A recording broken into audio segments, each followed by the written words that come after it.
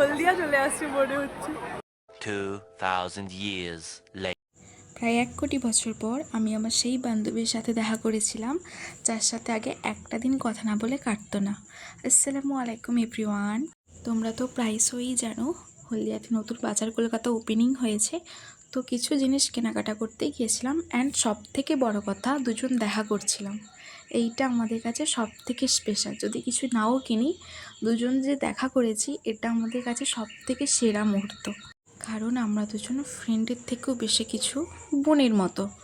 আমরা আগে একটা দিন কথা না বলে থাকতে পারতাম না, আর এখন প্রায় মাসের পর মাস বছরের পর বছর কেটে যায় কিন্তু দুজনের দেখা হয় না। হ্যাঁ, কথাবার্তা হয়, তবে হ্যাঁ, ও হচ্ছে সব থেকে কাছের মানুষ। লিক আর নাই লিক এত লোকের মাঝে তো ঠিক ঘেটে দিবে, সব সব ঘেটে দিবে, সব ঘেটে দিবে। দিন আমরা দুজনে গিয়েছিলাম উপরে। দেখতে গেছিলাম। হ্যাঁ, তারপর দেখলাম মেন্স কালেকশন, তো আমরা টুকটুক করে নিচে চলে এসেছি। আমাদের উপরের সাথে কোনো লেনা দেনা নেই, তাই না? হ্যাঁ, পয়সার থেকে ভাউচার থাকলেও ভাউচার কিন্তু কালকের জন্য ছিল না, অন্য দিনের জন্য। দেখতেই পাচ্ছেন এবার বিলিং কাউন্টারের দিকে আমাদেরকে যেতে হবে। আর মরণের ভিড় এখানে। মানুষ এত কিছু নিয়েছে যে বিলিং করতে গিয়ে প্রায় 45 মিনিটের কাছাকাছি দাঁড়িয়েছিলাম। সব পয়সা ফুকে দিয়েছি।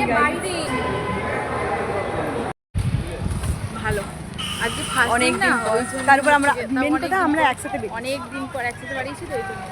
আমাদের ফ্রেন্ডশিপ সেই কেজি স্কুল থেকে প্রায় 14-15 বছর আগে। আমরা টিউশন বন্ধ করে মলে আসতাম দেখা করতে। জানি না কবে দেখা হবে, তবে দেখা হলে দিনটা খুবই খুবই স্পেশাল হয়। দেখা হচ্ছে নেক্সট ব্লগে।